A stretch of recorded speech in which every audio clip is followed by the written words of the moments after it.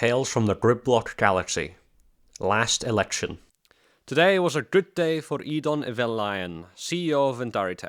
It was the first day of a new century, and it was sunny on Indaria. It was a day of celebration, a day for Eviliian to wear his finest. An all-black suit, as was in fashion, and over it a long coat made from the hide of a black dragon native to Bogdan, embedded with amethyst in the cuffs and around the collar, matching the colour of his 4 reptilian eyes.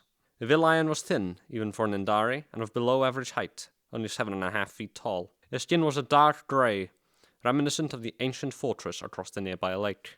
Eedon Eviliian had just won an election in a landslide, and was now the Prime Minister of the Indari Minstry. Eviliian relished in his victory, though it did not surprise him. It was practically guaranteed. After all, he controlled the media. Over the past 150 years, Eedon Eviliian had steadily been taking over every major news outlet, as well as crushing up competing social media with his own, the IndariNet. And with it, he could galvanise his supporters, make his opposition look incompetent, even villainous, and fearmonger against the Zavot, which he then promised to eradicate. The plaza leading to the ministry building was crowded with all kinds of Indari. The youth, wearing simple clothing that hid their physiques and covered their faces with masks. Amongst them were working folk, most simply happy to have their day off from work. Closest to the path were Eviliian's fanatics, with cheering rival that of Portal Ball fans. For the past 7 years they had eagerly listened to every word he said, attended all of his rallies, spewed venomous words at any who disagreed with them, and were ecstatic to see their beloved Eedon Eviliian take office. They were fools, and the most useful tool at Eviliian's disposal. His victory could not have happened without them, much to his dismay. Without them, he would not be here today, walking towards the Indari Minstry, waving with his upper arms while keeping his lower set clasped firmly behind his back. He smiled at the guardsmen flanking the gigantic doors leading into the ministry, in their regal uniforms and armed with the newest models of his Indari plasma rifles. Fools, all of them. Eviliian stepped inside, the roaring storm of cheering outside turning to a muted thrum struggling to be heard through the thick, black walls. It was a cavernous square chamber with a large circular skylight depicting the original 18 ministers, looking down at him. The current ministers, too, were looking at him, looking at their new leader. Their expressions betrayed their thoughts. Eedon was good at reading faces. Most ministers had a feigned joy plastered on their faces. Eviliian suspected it was for the cameras, rather than true joy for their new Prime Minister. Then there were those firmly in his pockets. Lethor, the Minister of Entertainment, who proudly wore prototype Indari holowatches on all 4 wrists, and a pair of screen glasses, which Eviliian glimpsed he was using to watch a live recording of the very room he was in. Eviliian was unsure how the young man was trusted with any form of power, but his love of Indari products kept him loyal, and he was vital to securing young voters, which Eviliian struggled to connect with.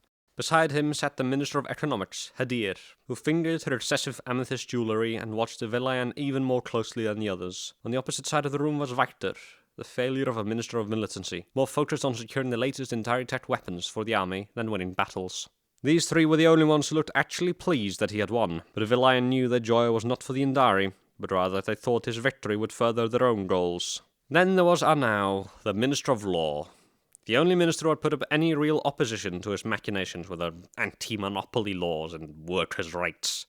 She glared daggers at him from across the room, even attempting to hide the slight frown on her face. She rapidly drummed her fingers on the table. Eviliian could not tell whether out of anxiety or anger, but he suspected she would continue to cause him problems. Nevertheless, he was glad she was here. He wanted to shove his victory into her face. Besides, he needed someone to make an example of.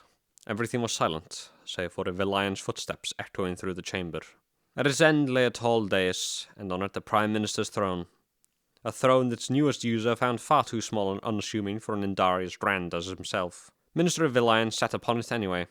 He would only have to tolerate it for a short time. It would get replaced soon enough. Minister Eviliian tapped the microphone embedded into his coat among the amethysts, causing booms to echo throughout the hall. People of Indaria, fellow ministers, thank you for being here on this tremendous day, he began. Today you bear witness to the birth of a new age, and I am honoured to be its herald. For 2100 years the ministry has ruled the Indari, and for those same 2100 years its ministers have controlled, manipulated, and stolen from the people. No longer!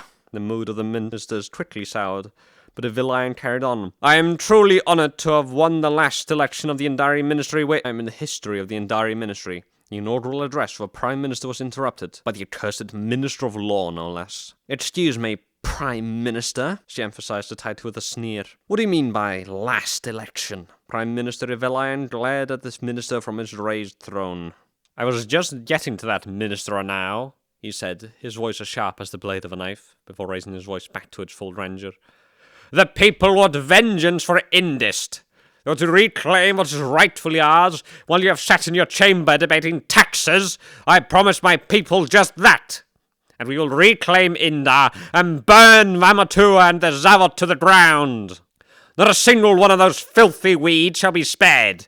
They will pay for what they have taken from us, and to do so, the pathetic Indari Minstry and its corrupt ministers must be torn down, and in its place will rise a new galactic superpower, the Indari Empire, and I shall reign as its emperor.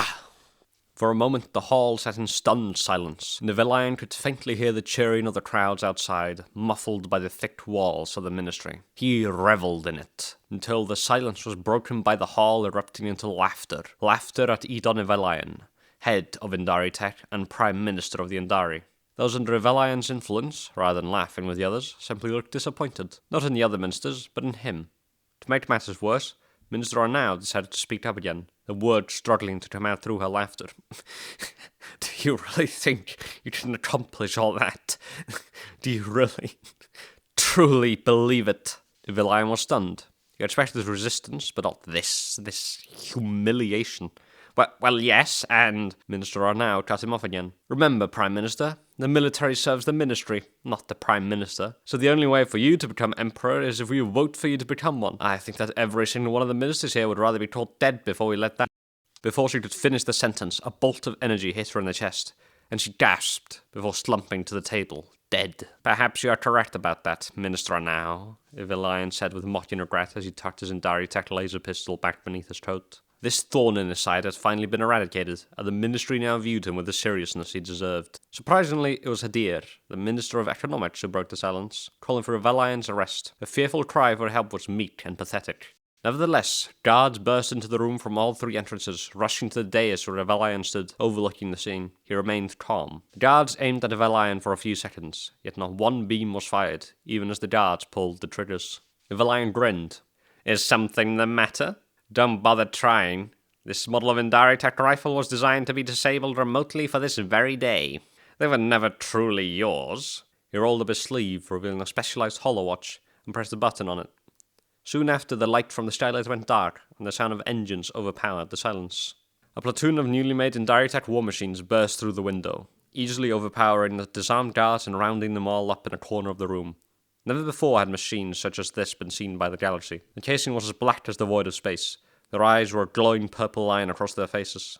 They stood on 2 feet, the servos roaring loudly when moving. They were just as tall as the Indari, though bulkier, and were armed with the most advanced rifles Indari Tech had on hand. They were a force to be reckoned with, a force loyal only to Eedon Eviliian, and the ministers were terrified of them, just as he had intended. His plan was back on track.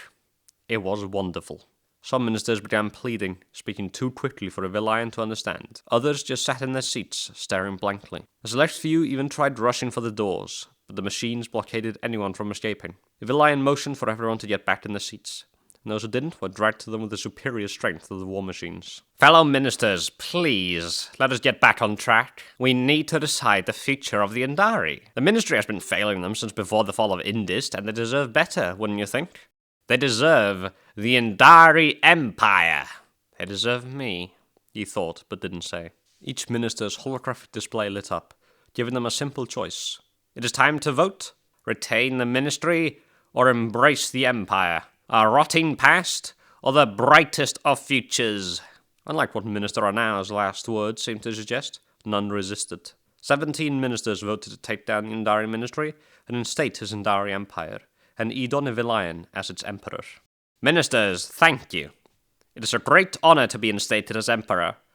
Now, I understand that the transition of power will be a difficult time for many. To assure your safety, I have assigned the Indari bots to watch over you at all times for the foreseeable future. Good day.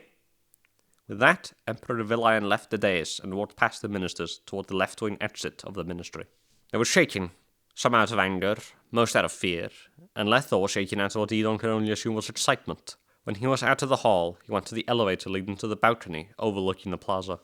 Only now, overlooking his people cheering and chanting his name, did he appreciate that he had done it. He had won. Now he could finally do whatever he wanted. Never again would he be shackled by the rules of others. Nothing stood in his way, except the people in front of him now. But he knew how to handle them. Emperor Eviliian would not rule through fear, like Dominus Zorthok or the old gods. Fear always led to uprising by the brave. The great deicide was proof enough of that. Rather, he would rule through apathy. He would make the lives of the Indari just good enough. He would shackle them to their own indulgence. Too busy designing the newest entertainment, garments, or technology to bother paying attention to how their world was run. He knew this would likely not work on the ministers, but he would slowly drain their influence, to the point of them being no more than a nuisance at worst. The Indari were his. It was a good day for Eedon Eviliian, Emperor of the Indari.